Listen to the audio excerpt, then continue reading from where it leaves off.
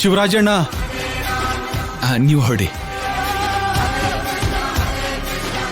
ಏಯ್, ಇಲ್ಲಿಗೆ ಯಾಕೋ ಬಂದೆ?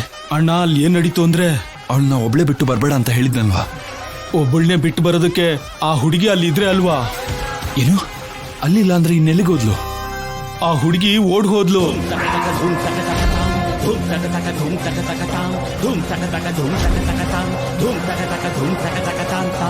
ಓಡೋದ್ಲ?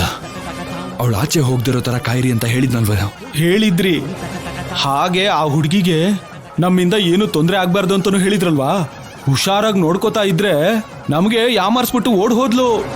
ಲೈ, ಆ ಹುಡುಗಿ ಅಲ್ಲಿದ್ದಾಳೆ ಅಂತ ನಾವೆಲ್ಲ ಇಲ್ಲಿ ಧೈರ್ಯವಾಗಿದ್ದೀವಿ ಕಣೋ. ಈಗ ಆ ಹುಡುಗಿ ತಪ್ಪಿಸ್ಕೊಂಡಿದ್ದಾಳೆ ಅಂದ್ರೆ ನೇರವಾಗಿ ಇಲ್ಲಿಗೆ ಬಂದ್ಬಿಡ್ತಾಳೆ. ಅವಳೇನಾದ್ರೂ ಬಂದ್ರೆ ಈ ಮದ್ವೆ ನಡೆಯಲ್ಲ ಅಂತ ಗೊತ್ತು. ಜೋರಾಗಿ ಮಾತಾಡ್ಬೇಡ, ಯಾರಾದ್ರೂ ಕೇಳಿಸ್ಕೊತಾರೆ. ಮೆತ್ತಗ್ ಮಾತಾಡು. ನಿಮ್ಗೆ ಈ ವಿಷಯ ಮುಟ್ಸೋಣ ಅಂತ ಎದ್ನೋ ಬಿದ್ನೋ ಅಂತ ಓಡ್ ಬಂದೆ. ಸರಿ, ನೀನು ಹೋಗು. ಆಯ್ತು, ಬರ್ತೀನಿ.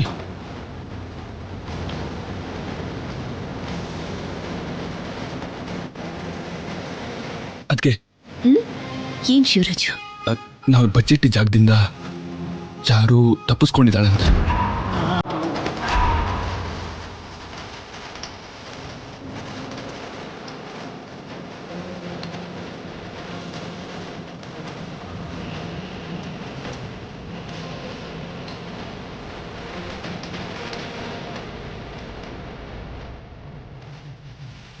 ಏನ್ ಪಾರ್ವತಿ, ಎಲ್ಲಾರು ಅಲ್ಲಿ ಏನೋ ಗುಸುಗುಸು ಅಂತ ಮಾತಾಡ್ಕೋತಾ ಇದ್ದಾಳೆ.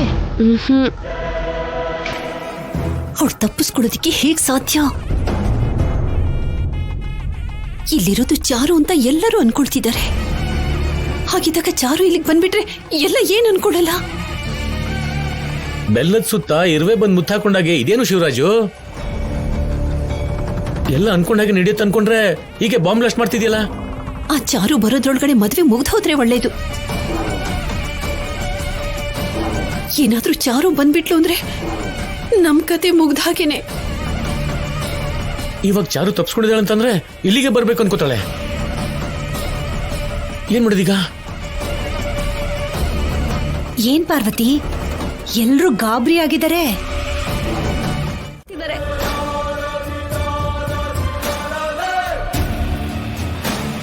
ಅದೇ ಆಗಿರತ್ತೆ ಬಿಡು. ತಾಳಿ ಕಟ್ಟೋ ಟೈಮ್ ಹತ್ರ ಬಂತಲ್ಲ, ಅವರು ಮಾತಾಡ್ಕೋತಾ ಇರ್ಬೇಕು ಚಾರುನ್ ಹೇಗ್ ಬದಲಾಯಿಸೋದು ಅಂತ. ಅವ್ರು ಏನೋ ಒಂದು ಮಾಡೋ ಅಷ್ಟ್ರಲ್ಲಿ ನಮ್ ಹುಷಾರಲ್ಲಿ ನಾವಿರ್ಬೇಕತ್ಗೆ.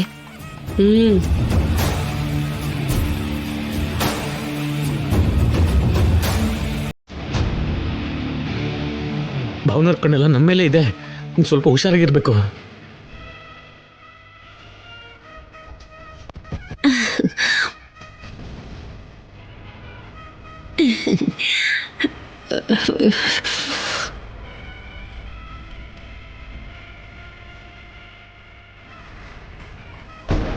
ಯಾರು ಏನಾದ್ರೂ ಇಲ್ಲಿಗೆ ಬಂದ್ಬಿಟ್ರೆ ನಾವು ಅನ್ಕೊಂಡಿದ್ದೆಲ್ಲ ನೀರಲ್ಲಿ ಹೋಮ ಮಾಡ್ದಾಗ ಆಗ್ಬಿಡಲ್ವಾ?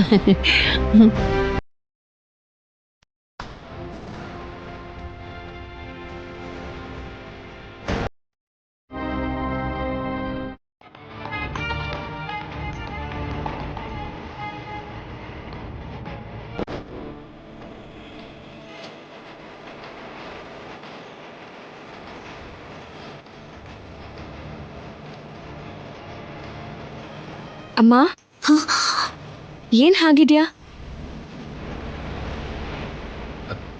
ರಾಜಿ, ಯಾರು ತಪ್ಪಿಸ್ಕೊಂಡಿದ್ದಾಳೆ.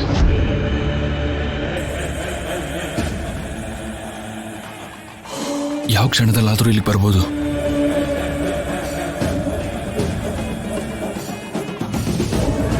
ಹೇಗಾದ್ರೂ ಸರಿ ಚಾರು ಮದುವೆ ಮನೆಗೆ ಬರ್ದಿರೋ ಹಾಗೆ ತಡಿಬೇಕಮ್ಮ.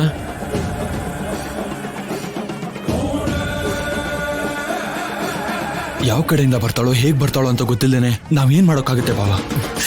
ಏನೊಂದ್ ಮಾಡಿ ಮದುವೆನ ಮಾಡಿ ಮುಗಿಸ್ಬೇಕು ಶಿವರಾಜು.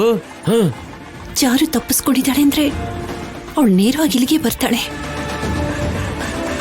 ಅಷ್ಟರೊಳಗಡೆ ಸೀನು ಕೈಯಲ್ಲಿ ಆದ್ಯನ್ ಕುತ್ತಿಗೆ ತಾಳಿ ಕಟ್ಟಿಸ್ಬಿಟ್ರೆ ಎಲ್ಲ ಸರಿ ಹೋಗ್ಬಿಡುತ್ತೆ. ಪುರೋಹಿತ್ರಿಗೆ ಹೋಗಿ ಹೇಳಿ ಬೇಗ ತಾಳಿ ಕಟ್ಟು ಶಾಸ್ತ್ರ ಮುಗಿಸಿ ಅಂತ. ಅಷ್ಟೇ ಅದಕ್ಕೆ ಆ ಕೆಲಸ ಮಾಡಿದ್ರೆ ಸರಿ ಹೋಗುತ್ತೆ. ಚಾರು ಬರೋಕ್ ಮುಂಚೆನೆ ತಾಳಿ ಕಟ್ಸ್ಬಿಡೋಣ. ಚಾರು ಅಸಹ್ಯ ಮೇಲೆ ಕೂತಿರೋವರೆಗೂ ಅವ್ರ ಕೈಲಿ ಏನು ಮಾಡಕ್ಕಾಗಲ್ಲ ಪಾರ್ವತಿ. ನಾವು ಅವಕಾಶ ಕೊಟ್ರೆ ಇವಳನ್ನ ಬದಲಾಯಿಸಿ ಆದ್ಯನ್ಗೆ ತಾಳಿ ಕಟ್ಟಿಸ್ಬಿಡ್ತಾರೆ. ಅದಕ್ಕೆ ಚಾರುನ ಬದಲಾಯಿಸೋ ಅವಕಾಶನ ಕೊಡದೆ ಪುರೋಹಿತರಿಗೆ ಹೇಳಿ ಆದಷ್ಟು ಬೇಗ ತಾಳಿ ಕಟ್ಟಿಸ್ಬೇಕು. ಆ ಕೆಲ್ಸ ಮಾಡಿ ಅದಕ್ಕೆ ಮೊದ್ಲು ಟೆನ್ಷನ್ನೇ ಇರಲ್ಲ. ಸುಮ್ನೆ ಏನ್ ನಡೆಯತ್ತೋ ಅವ್ರು ಏನ್ ಮಾಡ್ಬಿಡ್ತಾರೋ ಅಂತ ಹೆದರ್ಕೊಂಡಿರೋದಕ್ ನನ್ ಕೈಲಾಗಲ್ಲ. ಇರು ಹೇಳ್ತೀನಿ. ಓಂ ಮಾಯಿನೇತೆ ಪರಾಯಣೆ ದುರ್ವಾರೋಹಂತ ಪುಷ್ಪಣಿ. ಪುರೋಹಿತ್ರೆ, ಹೇಳಿದ ಮಂತ್ರ ಸಾಕು, ಮೊದ್ಲು ಹುಡುಗಿಗೆ ತಾಳಿ ಕಟ್ಸಿ.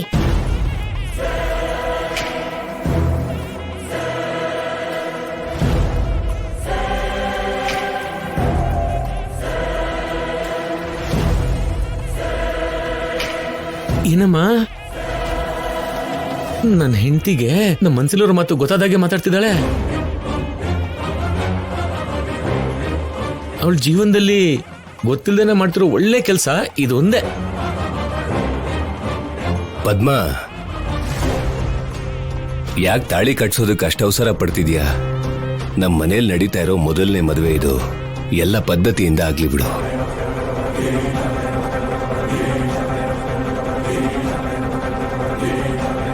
ನಿಂಗ್ ಯಾಕೆ ಅಷ್ಟು ಅವಸರ?